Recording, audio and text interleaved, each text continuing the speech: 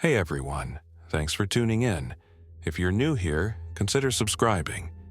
It really helps keep these stories coming. And while you're here, let me know in the comments where you're listening from. Now, sit back, relax, and let's get into the story. I learned early that the surface was a calendar you couldn't trust. Every day looked the same, but the risks were different by the hour.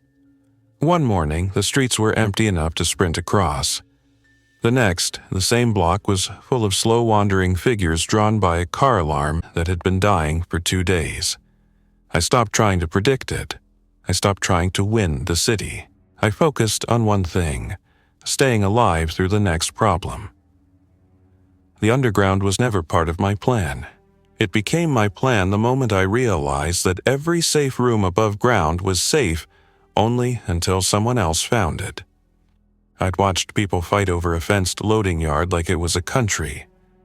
I'd watched a small group get trapped inside a grocery store because they trusted a roll-down gate more than they trusted distance. I'd watched smoke from a warehouse fire pull the infected from 3 directions like a magnet. I wasn't special. I just had one advantage. I used to work around infrastructure most people ignored. Before everything went wrong, I was an industrial maintenance technician. The kind who carried a meter in one hand, a flashlight in the other, and spent his days inside pump rooms, utility corridors, and service spaces behind locked doors with stenciled warnings. I knew what a good steel door felt like when it latched correctly. I knew which pipes were live and which were abandoned. I knew which tunnels had airflow and which would slowly take your breath without leaving a mark. When the outbreak hit Chicago, the headlines died faster than the city did. The first day was rumors, then sirens, then phone alerts that kept changing their mind. Shelter in place, avoid downtown, report symptoms, report exposure. If you read all of it, you could convince yourself the system was still thinking. By the end of the week, the system had stopped thinking. It was only reacting, and reaction is slow when the problem is faster than any plan. I made it out of my apartment on the near south side with a backpack, a hard hat, a high-visibility jacket I didn't want to wear but wore anyway, and a small toolkit that had kept me employed for 10 years. A pair of work gloves, a folding knife, a small pry bar, a headlamp, a roll of electrical tape, a lighter, my phone with no signal, a half-empty bottle of water. That first day on the move, I went where my brain always went when it wanted quiet, the edge of industrial space. The places where the city turned into fenced lots, rail spurs, concrete batching yards, scrap metal piles, and tank farms. Places with fewer windows, fewer people, more locks. The problem was that industrial zones had their own kind of danger. Nothing in those places was built for comfort. Everything was built for efficiency. When the efficiency broke, the hazards didn't disappear. They stayed, waiting for someone who didn't know what they were looking at. I crossed the river on a maintenance walkway that ran alongside a set of railroad tracks near the old industrial corridor by Lake Calumet. The wind off the water smelled like cold metal and wet earth. The sky had that flat, heavy gray that made everything feel unfinished. I kept my head down, moved fast, and listened for sound that didn't belong. Footsteps that didn't match mine, voices, engines, the wet shuffle that the infected made when their shoes were wrong sizes or missing entirely. By late afternoon, I found the access point I'd been hoping for. A service structure that looked like a small utility building if you didn't know what it was. Concrete walls. A steel door with a deadbolt. A faded placard that warned about confined spaces and the need for gas monitoring. A chain-link fence around it topped with barbed wire that had been cut weeks ago, long before the outbreak, by someone who wanted copper. I stood there with my hand on the cold steel handle, listening. No voices. No movement. Just the low, far-off hum of the city pretending to be alive. I opened the door and stepped into the smell of damp concrete, old water, and stale air. Stairs went down. A handrail, a landing with a light fixture that didn't work. A second flight, the temperature dropped with each step. Not just cooler, but steadier, like the underground didn't care about the panic above. At the bottom, I found a corridor that ran straight into darkness. A service passage, wide enough for 2 people to walk side by side, with pipe racks along one wall and cable trays along the other. It wasn't a transit tunnel, no rails, no third rail power, no station signage. This was pure utility. Move water, move power, move control signals, keep it all hidden. And it was flooded. Not fully, not wall to wall, but the floor had a shallow layer of water that reflected my headlamp in broken ripples. Maybe 4 inches in the center, less along the edges where the concrete rose. It looked like an old leak that had become normal. A drain that couldn't keep up. A pump that had stopped running when the grid went unstable. I took a breath and immediately regretted it. The air didn't smell toxic, but it smelled wrong. Stagnant, heavy, the kind of air that made you aware of your lungs.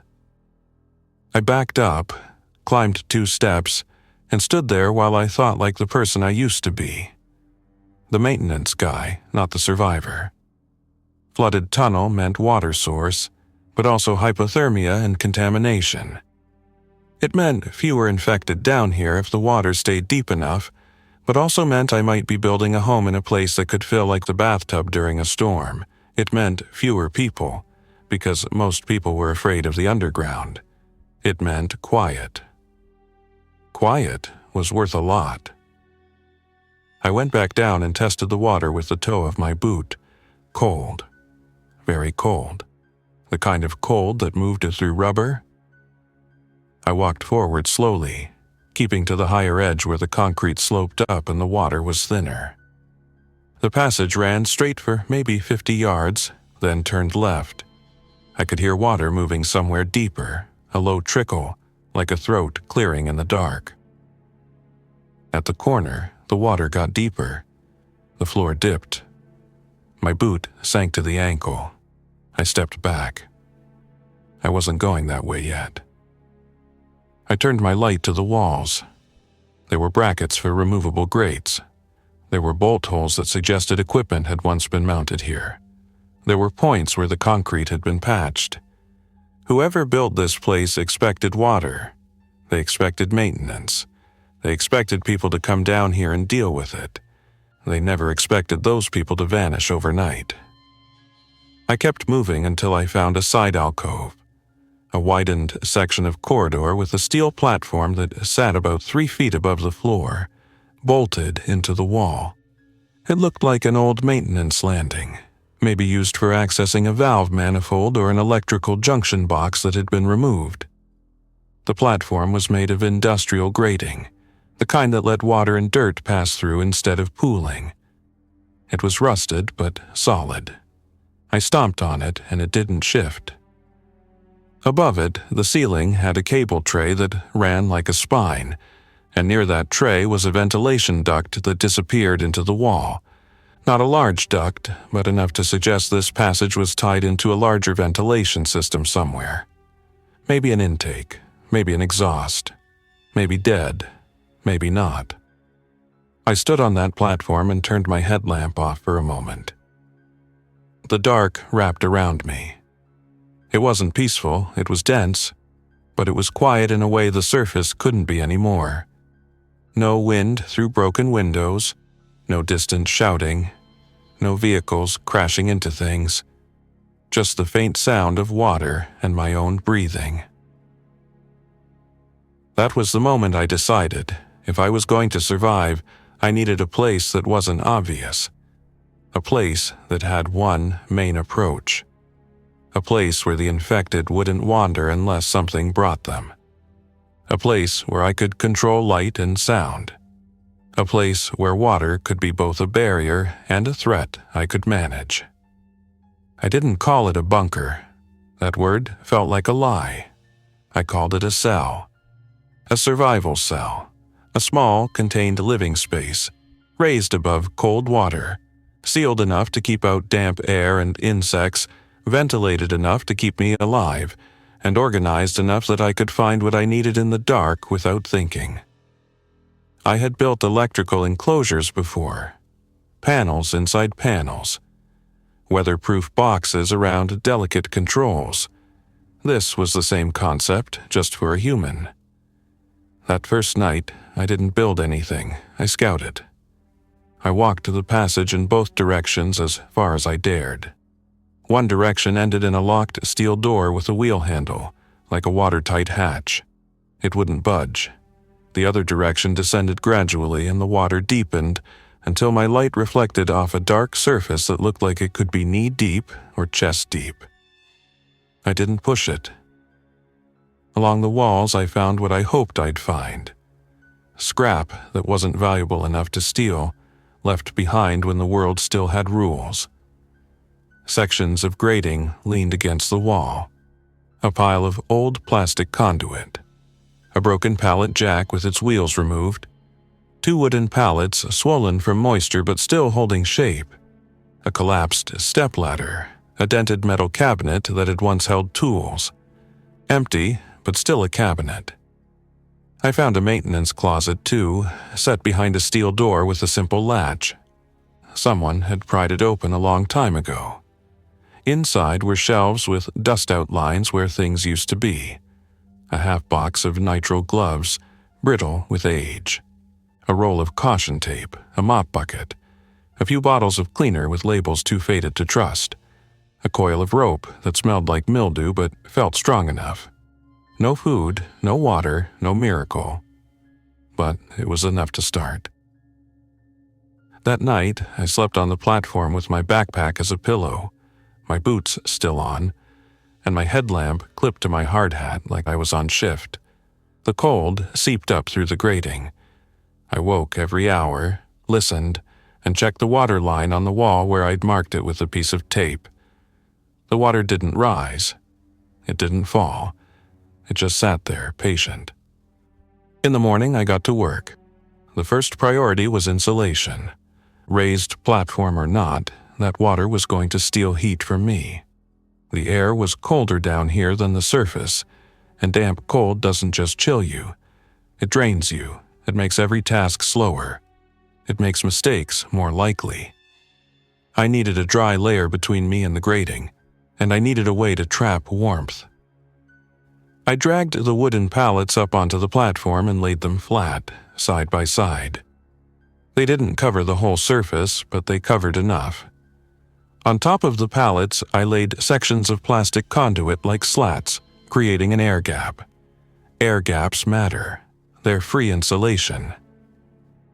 Then I scavenged cardboard from a collapsed shipping box I found wedged in a corner of the passage. Cardboard is terrible when wet, but when dry, it's a decent barrier. I wrapped it in heavy plastic I tore from a roll of sheeting that had once been used as a dust barrier during construction. I taped the seams with electrical tape until it looked like a crude mat.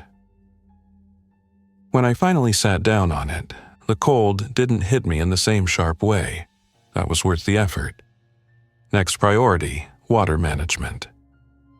The water on the floor wasn't just water. In an industrial service passage, any standing water could be stormwater, groundwater, sewage overflow from a combined system, or runoff from somewhere you didn't want to think about. It could carry bacteria. It could carry oil. It could carry chemicals that had leaked when maintenance stopped. I didn't have lab test strips. I didn't have a proper filter. I treated it as contaminated and kept it away from my skin as much as possible. I needed a way to cross flooded sections without soaking my boots, and I needed a way to work in the water without losing heat. I built a narrow walkway using grating sections and whatever metal supports I could find.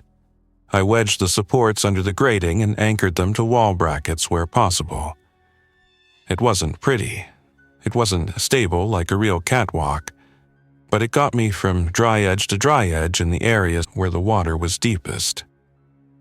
The third priority was air. People underestimate air because they can't see it, and because the surface gives it away for free. Down here, air was a system. If it failed, I wouldn't have a dramatic moment. I'd get tired, I'd get confused, I'd fall asleep and not wake up. The passage had some airflow, but not much. I needed to understand whether it was connected to the outside and whether it could pull in fumes or stale air from other underground spaces. I searched for a control panel and eventually found a rust-stained electrical box mounted chest-high near the corner. The cover was missing, and inside were old contactors and a few melted fuses. Whatever fan system this had once fed, it wasn't running now. I didn't have the power to restart a fan even if the fan still existed, but I could still do something. I could build a passive ventilation path for my survival cell. I needed a sealed sleeping space to keep me warm and dry, but I couldn't make it airtight. That was a death sentence. I needed controlled leaks, a filtered intake and a filtered exhaust. I spent half a day scavenging materials for a basic filter. In a maintenance closet farther down, I found a partially intact box of pleated air filters meant for an industrial heating and cooling system. They were dusty, but not destroyed. I found activated carbon granules, too, in a half-empty drum used for odor control in sump pits. The granules were in a sealed bag inside the drum, and the bag was intact. Whoever had stored it never got the chance to use it. I built a filter sandwich, pleated filter material on the outside to catch dust, a layer of activated carbon in the middle to reduce odor and some chemicals, another filter layer to keep the carbon from shedding into my space. I wrapped the whole assembly in mesh cut from a broken screen and secured it with wires stripped from an old cable. Then I built the cell. The frame came first. I used the metal cabinet as a core wall on one side because it was already a sealed box of steel with a door. I dragged it onto the platform, nearly throwing my back out doing it alone. I turned it sideways so it formed one wall of my living space and also gave me storage that could close and latch. For the other walls, I used grating as a skeleton and wrapped it with layers. Plastic sheeting on the outside, cardboard in the middle, more plastic on the inside. Where I could, I added foam insulation I cut from packaging I found in the forgotten crate. I taped every seam. I overlapped corners like roofing. The roof was the hardest part. I needed something light enough to lift, but rigid enough not to sag. I ended up using a section of metal signage I found, the kind used to label valves. It was thin aluminum, but I reinforced it with strips of conduit taped in place like ribs. Then I laid plastic over it like a tarp and taped it down. I left one corner loose so I could create an exhaust flap that could open slightly when air warmed inside the cell and rose. Heat rises. You can use that. For the filtered intake, I cut a hole near the bottom of the cell wall on the far side from the exhaust, attached my filter sandwich, and built a small duct using plastic conduit. The conduit ran out of the cell and up toward the ceiling where the air felt less stagnant. I secured it with wire. It wasn't a powered system, but it created a path. Freshish air in through the filter. Warmer air out through the exhaust flap. If the passage air got worse, I could add another filter layer. If I needed more airflow, I could crack the flap wider. When I finally crawled into the cell and zipped the plastic flap that served as my door, the difference was immediate. The air felt warmer. The sound of dripping water dulled. My light reflected off close walls instead of disappearing into long darkness. It wasn't comfortable, it wasn't safe in any absolute sense, but it was controlled. Control is what kept you alive. The next days were a pattern. Build, test, adjust, scavenge, return, dry out, sleep, repeat. Every time I left the passage to scavenge, I did it like a professional inspection. I wore my hard hat and high-visibility jacket because it made me look like I belonged if someone saw me from a distance. It also made me a target, but most targets were on the main roads, and I avoided those. I moved through the industrial zone around Lake Calumet, where the land was flat and fenced and the streets were built for trucks. The buildings were low and wide, loading docks, tank storage, maintenance sheds, rail spurs, places where you could find tools and materials without having to step into a residential block full of unknowns. The infected moved differently in industrial space. They didn't cluster around houses. They wandered along fence lines. They stood in open yards like they were waiting for a shift change that would never come. Water, ironically, controlled them more than fear did. Puddles and ditches slowed them. They avoided deeper water, not consciously, but because their balance was wrong and their bodies didn't protect themselves. They could step into a ditch and just stop. They'd stand there, swaying, making that wet throat sound, until something else pulled them. Water was my first line of defense. That flooded passage, as long as it stayed flooded, was a barrier. But it was also my clock. Chicago weather doesn't ask permission. Storms roll in off the lake. Rain can fall hard enough to turn streets into shallow rivers. The city is built to drain it, but the drainage depends on pumps and power and maintenance. Without those, water finds its own level, and it doesn't care what's in the way. I started marking water level twice a day. I used a strip of white tape on the wall near the platform and drew a line with a marker where the water sat in the morning. Then another line at night. If the water crept up, I wanted to know early. I also started listening for weather reports. In a security office at a trucking yard, I found a hand crank radio. The label said it could receive the National Oceanic and Atmospheric Administration weather broadcast. It still worked. The sound was scratchy, but it gave me something more valuable than entertainment. Warning. The first time I heard a severe thunderstorm watch announced, my stomach tightened in a way it hadn't since the first day of the outbreak, because the underground would not forgive a storm. That day, I didn't scavenge, I reinforced. I checked my cell roof and added another layer of plastic. I raised my sleeping surface higher by stacking more grating and pallets. I moved my supplies into the metal cabinet wall and sealed the cabinet door with tape to keep moisture out. I staged an evacuation bag: water, radio, flashlight, gloves, a small amount of food, and my most valuable tools. If the passage started to fill, I didn't want to waste time choosing. Then I waited. Rain above ground sounds different from rain underground. You don't hear drops, you hear the system reacting. You hear distant gurgling as drains fill. You hear new drips appear from hairline cracks. You hear water start to push through seams that were dry yesterday. 2 hours into the storm, my tape mark was wrong.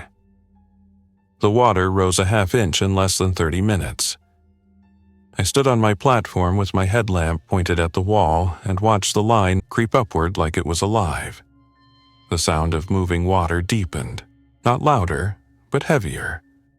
Somewhere down the passage, I heard a rush, like a sump pit overflowing. I had built my cell expecting water on the floor. I had not built it expecting a surge. I grabbed my rope and tied it to a wall bracket near the platform, then tied the other end to a handle on my cabinet wall. If the platform went under, or if the water pulled at my structure, I wanted it anchored. Then I did something that felt ridiculous, but mattered.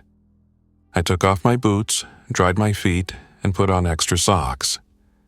Because if I had to move through rising water, I wanted my boots ready, but I also wanted to keep my feet warm as long as possible.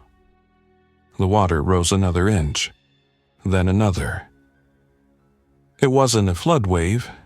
It was steady, relentless, like the passage was slowly becoming a reservoir. The kind of filling that doesn't stop because the input is larger than the output. I thought about all the storm drains above, now blocked with debris, all the pump stations without power, all the backflow preventers that might not hold, all the culverts that could be clogged. I thought about the steel door with the wheel handle I couldn't open. If that door sealed off part of the system, It might also trap water behind it until pressure found another path. I checked my cell intake duct. Water wasn't reaching it yet, but if the water rose high enough to reach the bottom intake, it would soak my filter. If my filter soaked, airflow would drop. If airflow dropped, I'd be trapped in a humid plastic box breathing stale air while water rose. I needed a higher intake, in the middle of a storm. I moved fast, but I moved carefully because rushing makes noise, and noise carries in tunnels. I pulled the duct free, extended it upward using another length of conduit, and strapped it to a cable tray above my head. I repositioned the filter assembly higher too, anchoring it so it wouldn't fall into water if the tape failed. My hands shook from cold and tension. When I finished, my headlamp caught the waterline again. It had risen to the bottom of the platform supports. I watched the water lap against the metal posts like it was tasting them. I sat down inside my cell, zipped the flap, and forced myself to breathe slowly. This was the miscalculation I'd been afraid of. Thinking a partially flooded passage was stable. Thinking it was a feature I could depend on. Water isn't a feature. Water is a moving problem. The storm lasted most of the night.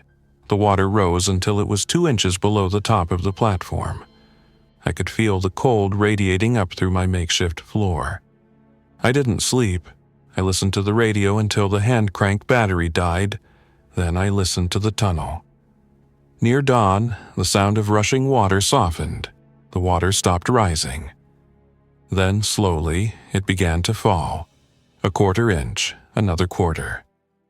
Relief hit me like weakness. My shoulders sagged. I realized how tense I'd been for hours. By mid-morning, the water was back to its usual depth, but the passage looked different. Debris floated near the wall. A dead rat bobbed against a pipe. The smell was worse, a sour wetness that suggested whatever water had surged through wasn't clean. I didn't celebrate, I inspected.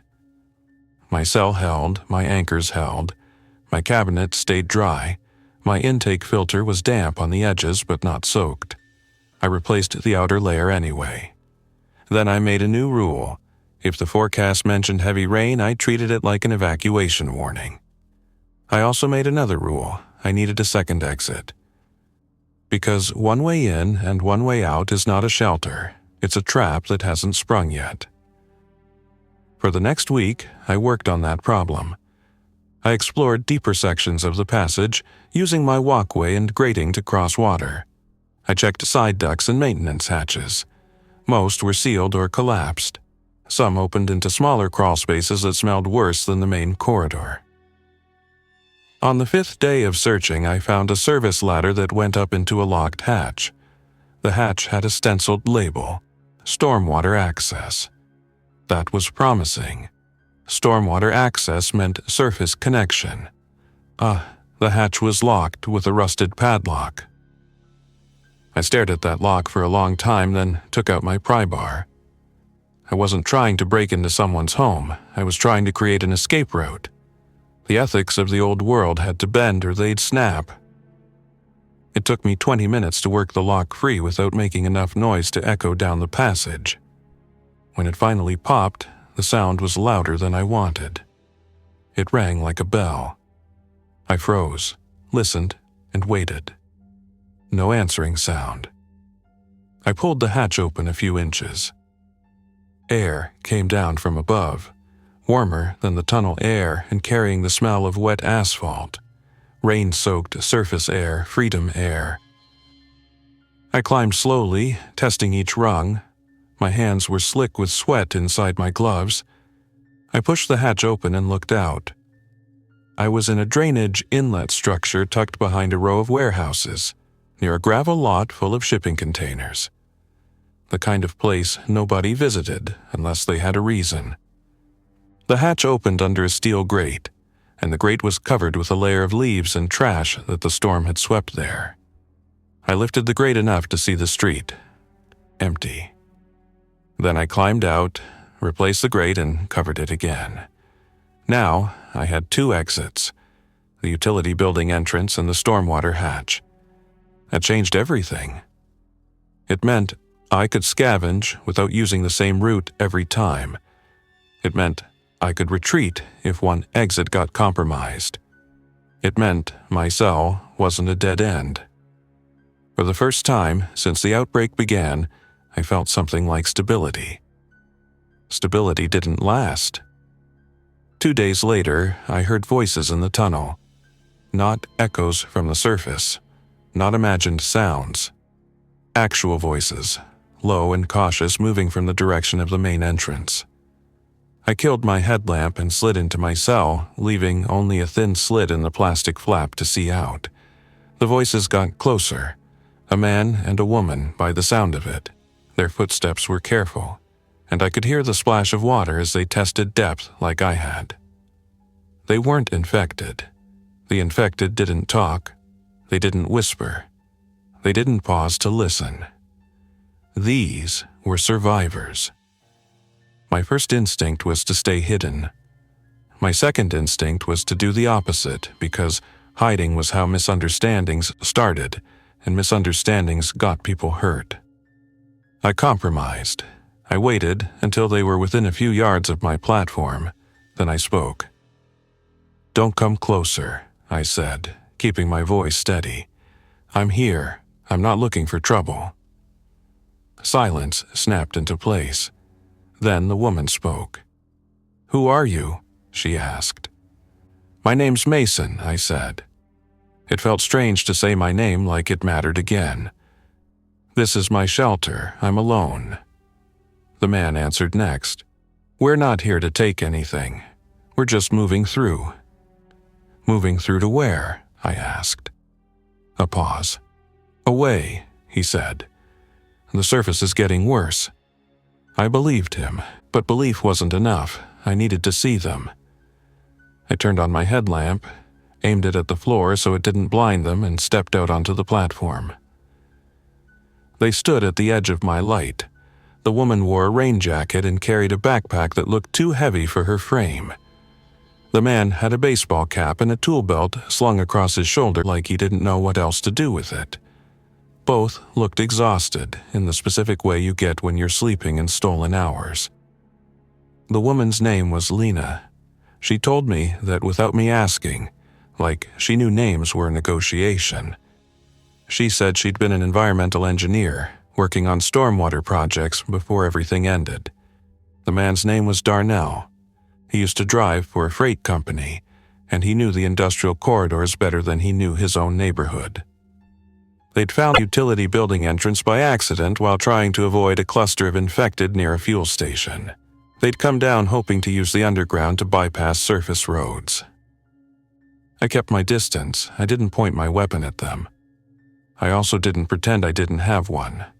My 9mm pistol stayed holstered at my side, visible but not aggressive. It was a balance. Lena's eyes went to my waterline marks on the wall. "You're tracking it," she said. "Twice a day," I replied. She nodded slowly. "Smart. This area backflows during heavy rain, even when the system is working. Without pumps, you can get a surge." "I saw it," I said. "Nearly lost everything." Darnell looked at my platform and cell structure with open admiration. "You built all that down here?" "Built and rebuilt," I said. "Water teaches you fast." They didn't ask to stay, not yet. They asked if they could rest for an hour, dry out, and move on. Lena's hands were trembling, and I could see the early signs of cold stress in her face. Pale skin, tight jaw, the way she held her shoulders like she was trying to trap warmth. I could have said no. It would have been safer. Instead, I pointed to a dry patch of corridor near the platform and said, "Sit there. Keep your backs to the wall, no sudden moves." They sat. For an hour, we traded information in short, careful sentences. They told me the surface routes that were blocked. I told them which fences had been cut and which warehouses had open doors. Lena gave me a piece of knowledge that immediately mattered. She explained that in this part of the city, a major stormwater tunnel and a combined sewer system ran near each other, and during major storms, water could push into utility corridors through cracks and joints. Your passage is basically the low point, she said. It'll take whatever the system can't handle. So it's only a matter of time, I said. It's a matter of storms, she corrected. In dry stretches, you're okay. In big rain, you might need to move fast. Darnell added something else. There's people up top, he said quietly. Not infected, people. They're using the industrial lots like territory. They're not friendly. I didn't ask what not friendly meant. I didn't want details I'd have to carry. When they stood to leave, Lena hesitated. You shouldn't be alone down here, she said. You shouldn't be down here at all, I replied. She gave a tired half-smile. Fair?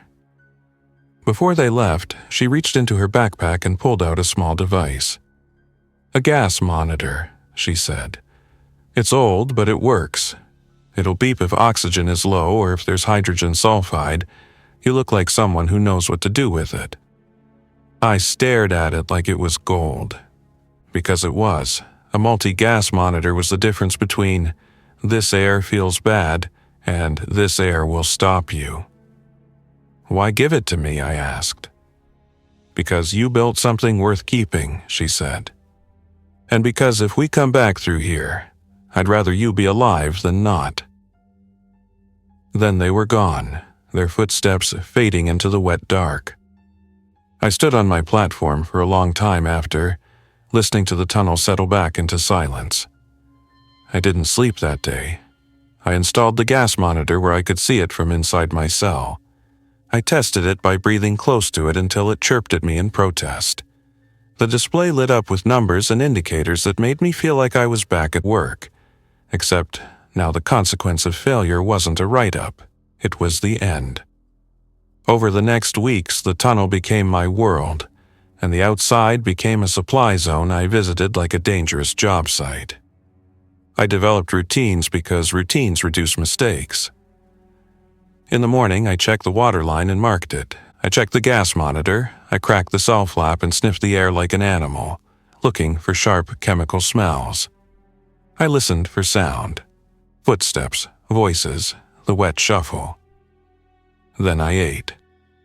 Food was mostly scavenged, canned beans, peanut butter, crackers, packets of tuna. I avoided anything that required cooking because fire in a tunnel is smoke, and smoke is a beacon. I had a small camp stove, but I used it only when I had ventilation and when I knew I could hide the smell. Water was the hardest part. I could not drink tunnel water. Not without treatment I couldn't guarantee. I relied on bottled water scavenged from warehouses and break rooms, and when that ran low, I collected rainwater from the surface using a plastic sheet stretched like a funnel into a clean container. Rainwater wasn't perfect, but it was better than unknown runoff. I still filtered it through cloth, then boiled it when I could. When fuel was scarce, I used purification tablets sparingly, and let the water sit in the sun when sunlight was available, because ultraviolet light does some work, even if it's not magic. I kept my hands clean the best I could. Soap was rare. Hand sanitizer was rarer. I wore gloves for anything wet, because skin contact with contaminated water is a slow gamble. I cleaned my cell constantly. Dampness breeds mold, and mold in a sealed space is a long-term threat. I wiped condensation off the inside plastic with cloths and dried them outside the cell. I rotated sleeping layers so nothing stayed damp. I also improved the cell's structure, little by little. I added a second raised shelf for supplies. I built a small wet zone outside the cell where I could remove boots and outer clothing, reducing the amount of moisture I brought inside. I hung my socks and shirts on wire lines near the ceiling where airflow was better. I learned to live in a space the size of a closet without losing my mind by keeping it organized. In a tunnel, losing a small item wasn't an inconvenience, it was a risk. Drop your flashlight and you might never find it if it slides under a grate. Lose your knife and you lose a tool that can open food or cut rope. Misplace your radio and you lose warning. The longer I stayed, the more I understood the tunnel's patterns. The infected didn't come down often. When they did, it was usually because sound or scent had drawn them to the utility building entrance. They'd shuffle down the stairs, hesitate at the water, then either turn back or stumble forward a few steps and get confused by the cold and the slippery floor. Water made them clumsy. Water made them slower. Water made them less dangerous. But it didn't make them harmless. One afternoon, after a scavenging run that left me soaked from a sudden burst of rain, I heard a splash that didn't match my own movement. I froze near the corner, headlamp off, listening. Another splash, slow, deliberate. Someone was in the water, deeper down the passage. I backed up silently, climbed onto my platform and watched the dark corridor. A figure emerged, moving with the stiff, uneven gait I'd come to recognize. It wore what had once been a work uniform, dark pants and a shirt with reflective stripes. Its hair was matted. Its arms hung wrong, loose like the joints were tired. It stepped into the shallow water and paused, head tilting slightly as if listening to the tunnel itself. I stayed still. My breath sounded loud in my own ears. The figure took another step and slipped. It didn't fall fully, but it lurched and slapped a hand against the wall to steady itself. The sound echoed. It raised its head and made a low, wet noise. Not a scream, not a roar, just a sound like a throat trying to work. I didn't move. I didn't want it to know I existed.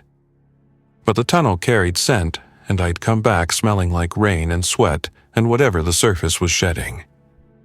The figure began to shuffle toward my platform. I drew my pistol slowly, keeping it low. I didn't want to fire unless I had to. Gunshots in a tunnel are not just loud, they're a signal. They reverberate. They announce you to anything within hundreds of yards, maybe more. I waited until the figure was close enough that I could see its eyes reflect my faint ambient light. Then I did the simplest thing. I threw a metal bolt down the passage behind it.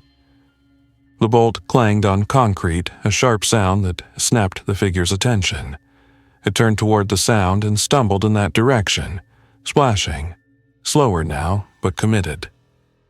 I watched it disappear into darkness and didn't exhale until I couldn't hear it anymore. That was my new reality. Not battles, but diversions. Not hero moves, but small tricks that kept me from making noise. Weeks passed in a tension that became normal. I started to forget what day it was. The underground didn't give you sunrise and sunset in the same way. I tracked time by my radio reports and by the changing temperature of the air when I climbed to the surface. One day, I climbed out through the stormwater hatch and found the industrial lot near the shipping containers had changed. Someone had moved in. A makeshift barricade blocked part of the road, built from pallets and chain-link panels. Spray paint marked symbols on the containers, crude arrows, warnings, and the kind of territorial markings people use when they want the world to know something is theirs. I crouched behind a concrete barrier and watched. 2 men walked along the barricade line with rifles slung. They moved like they had done this before. They weren't nervous. They weren't searching. They were patrolling. Darnell's warning came back to me. People up top, using the lots like territory. I didn't wait to see more.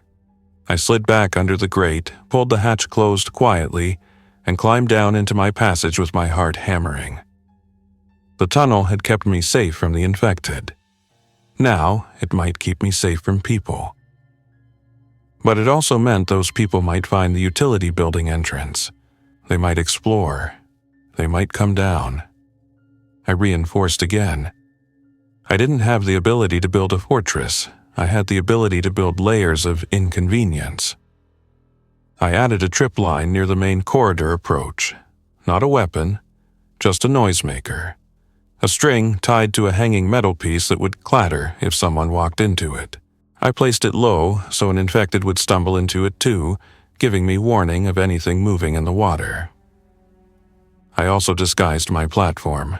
I draped dark plastic over the edge so it didn't reflect light.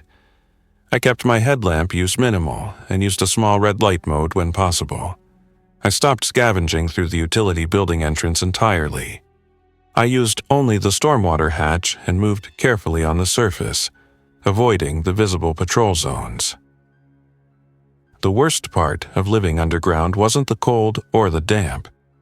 It was uncertainty about what was happening above. You could be surviving perfectly down here and still be one decision away from stepping into someone else's problem on the surface. The next storm came in late autumn, when the air above had the smell of leaves turning and rot. I heard the weather broadcast warning of heavy rain and possible flooding.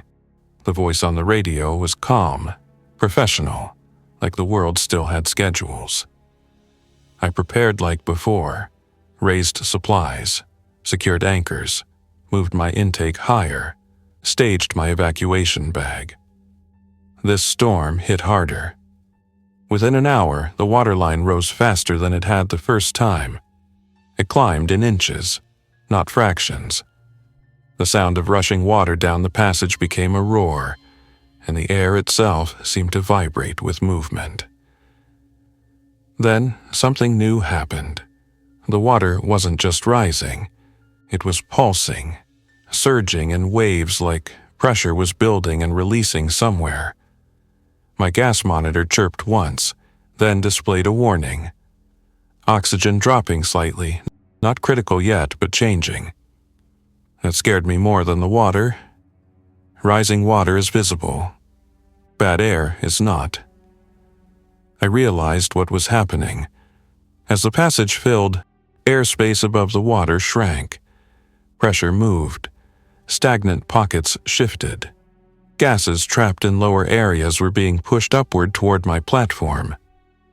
If hydrogen sulfide showed up, it could overwhelm me quickly. If oxygen dropped too far, I'd get slow without noticing. I didn't have a powered fan. My passive ventilation might not keep up with shifting gases. This was the miscalculation that could erase everything. Building a cell that depended on stable tunnel conditions in a system that could change violently during a storm. I made a decision I'd been avoiding since the beginning. I evacuated. I zipped my bag, clipped the radio to my jacket, grabbed my tools and climbed up toward the stormwater hatch while the water rose behind me. My boots splashed through cold water that now reached mid-calf. The tunnel noise was so loud it felt like standing next to a waterfall. At the ladder, I climbed fast, muscles burning, hands slipping on wet rungs. I pushed the hatch open and nearly slammed it into the grate above. Rain hammered the surface. The industrial lot was a shallow sheet of water, reflecting gray sky like a mirror. I crawled out under the grate and pulled it back into place. Then I ran, hunched against rain, toward the nearest warehouse overhang, using containers as cover. The patrol barricade was there, but the guards were gone, probably sheltering from the storm. The whole industrial zone looked abandoned again, washed clean by rain. I found refuge under a loading dock awning, pressed against a wall, and listened to the storm like it was an animal trying to break the world. Hours passed. My clothes soaked through. Cold set in. I moved in small ways to keep blood flowing, flexing hands, shifting weight. I ate a packet of peanut butter slowly, forcing calories into my body like it was medicine. I kept thinking about my cell down there, about my supplies, about the time and effort, about how much of my survival was tied up in that little space. But I also knew that survival isn't about attachment. It's about options. When the storm finally eased, it didn't stop suddenly. It tapered, rain becoming drizzle, drizzle becoming mist. The sky remained heavy, water pooled everywhere. I waited another hour, then returned to the hatch. I lifted the grate carefully, opened the hatch, and climbed down. The air in the passage hit me like a damp cloth. Warmer than before, thick with odor. I shined my light down the corridor and felt my stomach drop. The water was almost level with the platform.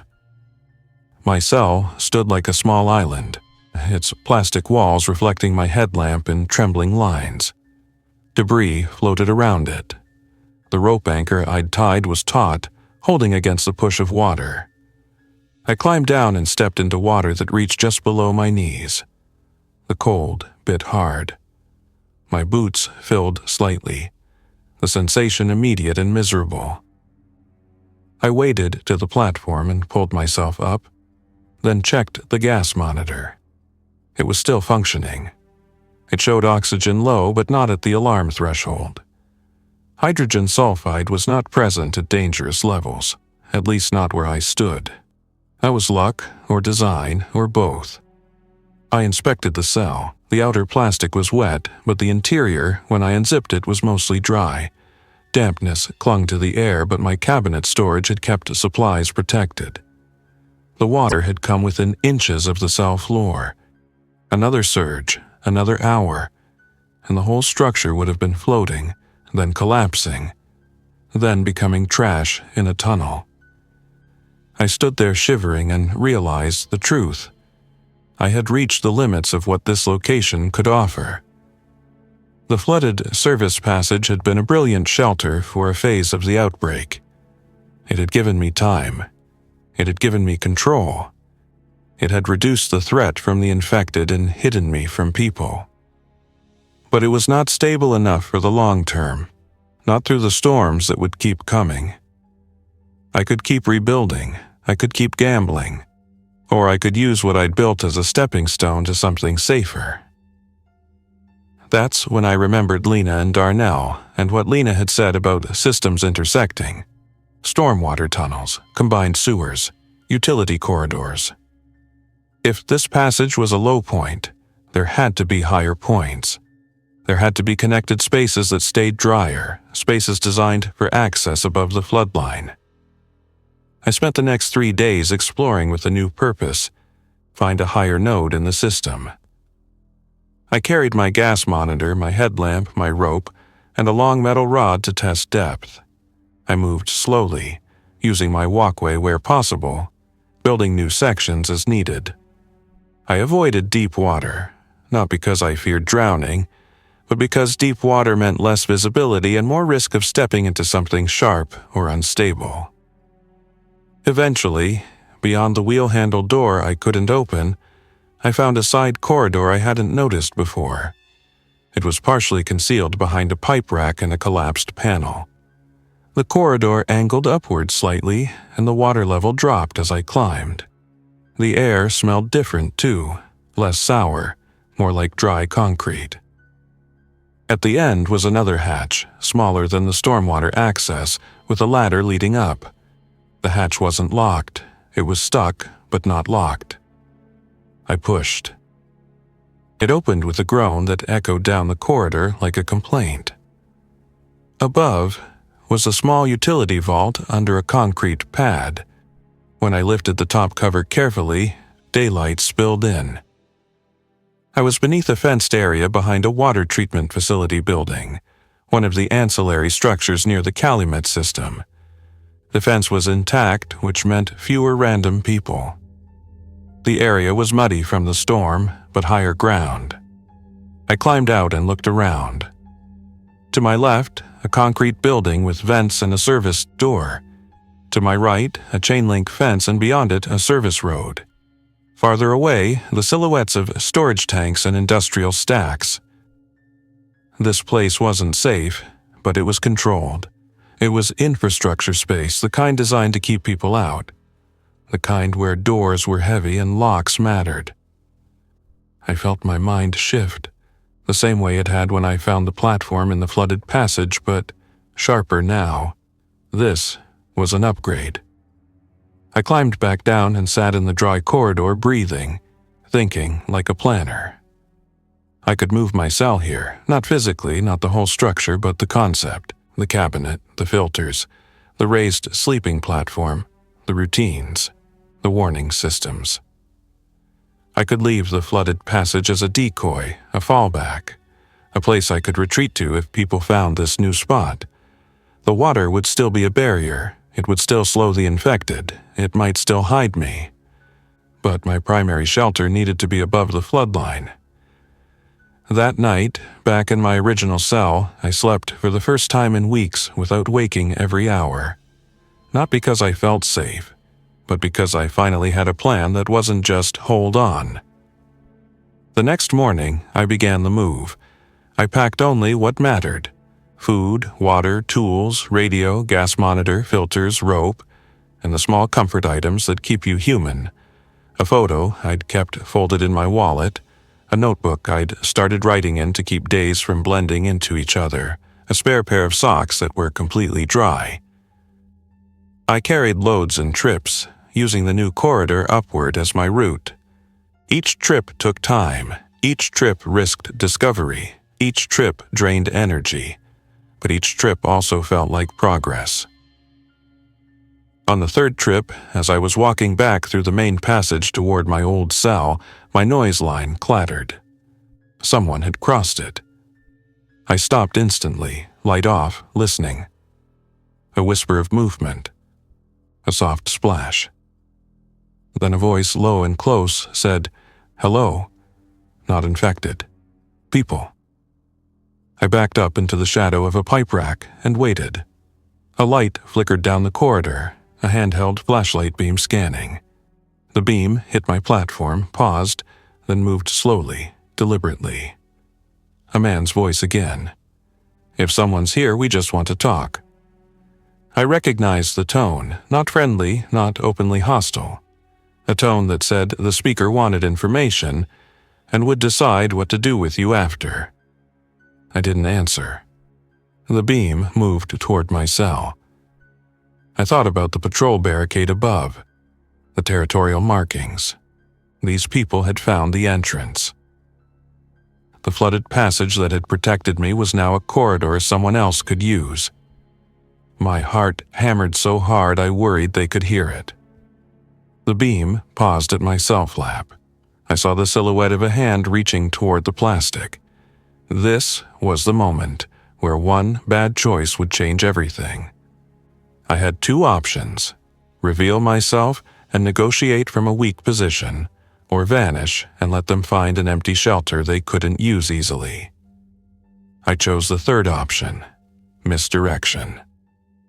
I took a metal tool, a wrench, and tossed it hard down the deeper, darker part of the passage where the water dipped. The wrench hit concrete with a loud clang and skittered, echoing. The flashlight beam snapped away from my cell and swung toward the sound.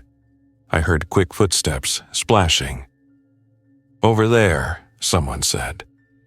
They moved toward the deeper water, toward the area that would slow them and force caution. The water wasn't deep enough to stop a determined person, but it was deep enough to make them vulnerable. I used those seconds. I slipped backward through the shadowed corridor, moved quickly but quietly, and headed for the upward route to my new vault. I didn't run. Running makes noise and mistakes. I moved like I was on a job site with live equipment. Fast, careful, deliberate. Behind me, voices bounced off tunnel walls.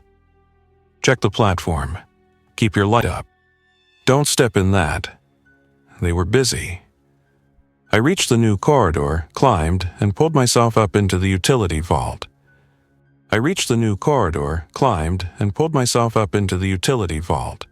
My hands shook as I lowered the cover back into place. My gloves were slick with moisture and adrenaline. For a long moment, I lay on my back in the vault, staring up into dim daylight seeping through cracks, listening. No footsteps above, no voices, only the distant sound of rainwater dripping from fence wire. I had done it. I had slipped away. But I also understood something clearly. My time in the flooded service passage was over. It had served its purpose, and now it had become a liability. That same day, I finished moving everything I could carry. I built a new survival cell in the utility vault, using the same principles but adapted to the space. I sealed drafts, built a raised sleeping platform, installed filtered ventilation, and created a dry storage zone. The difference was immediate. The air was less damp. The temperature was easier to manage. The floor was dry. I still kept my waterline markings in the old passage, not because I planned to live there again, but because I wanted to know what the system did. Knowledge was still power, even when the power grid was a memory. Over the following weeks, I watched storms come and go. I watched water rise in the passage and sometimes nearly fill it, then fall again. I watched the industrial zone above grow more populated with the wrong kind of people, then quieter again when those people moved on or ran out of whatever they were chasing. I also heard Lena's voice again once through the tunnel, faint and distant. A call, cautious, echoing. I didn't answer immediately. I waited, listened for other voices, and then replied quietly. When she and Darnell finally made it to the utility vault, they looked at my new cell and understood without explanation. "You moved up," Lena said, relief in her voice. "I learned," I answered. Darnell sat on the dry concrete floor and let his head fall back against the wall like he'd been carrying a weight too long. "We've been looking for a place that isn't obvious," he said. "A place with options." "This has options," I replied. "Not perfect, but better." We didn't become a big group. We didn't build a community with rules and speeches. We became something smaller and more realistic. A survival cell with 3 people instead of 1. 3 sets of eyes, 3 sets of hands, 3 brains that could catch mistakes before they became disasters. Lena made my air system better within a day. She helped me create a true intake and exhaust path, using the vault's vent openings and adding filter layers. She also helped me set a rainwater collection system that didn't rely on luck. A clean catch surface, a first flush diversion to discard the dirtiest initial runoff, then storage in sealed containers. She treated it like an engineering problem because it was. Darnell made our surface movement smarter. He mapped patrol patterns, avoided known conflict zones, and found a route to a small break room in a nearby facility where we could sometimes find bottled water and packaged food without stepping into open streets. We learned to time storms. We learned to use heavy rain as cover for movement because it masked sound and kept the infected less active. We also learned to respect storms as a threat that could isolate us or flood our old routes. Every decision came back to that original truth. Water was both barrier and danger. Months later, when winter pressed down and the surface froze at night, the underground became colder but more stable. Rain turned to snow, and the storm surges decreased. The flooded passage still held water, but it rose less violently. The system settled into a colder rhythm. One evening, while the 3 of us sat inside the vault cell with the radio whispering weather updates, Lena looked at me and said, "You know what saved you, right?" I waited. "You didn't build a fortress," she said. "You built a system. You measured. You adjusted. You treated your shelter like a living thing that could fail." I thought of the tape marks on the wall, the gas monitor, the filter sandwich, the rope anchors, the staged evacuation bag. I thought of the storm that nearly erased everything, and the decision to leave rather than cling. "I didn't want to die in a place I was proud of," I said. "I wanted to live." Outside, above layers of concrete and steel, the city continued to decay in slow ways. Fences falling, alarms dying, lights never returning. But in our small space beneath an industrial zone, we had something the surface didn't offer anymore. A margin. A little extra time between warning and disaster. And in a world where one miscalculation could erase everything in minutes, that margin was the closest thing to safety we were going to get. Thanks for listening. If you enjoyed this story, don't forget to like and subscribe. Your support keeps these creepypastas coming. Until next time, stay alert, stay safe, and never ignore the feeling that something is watching.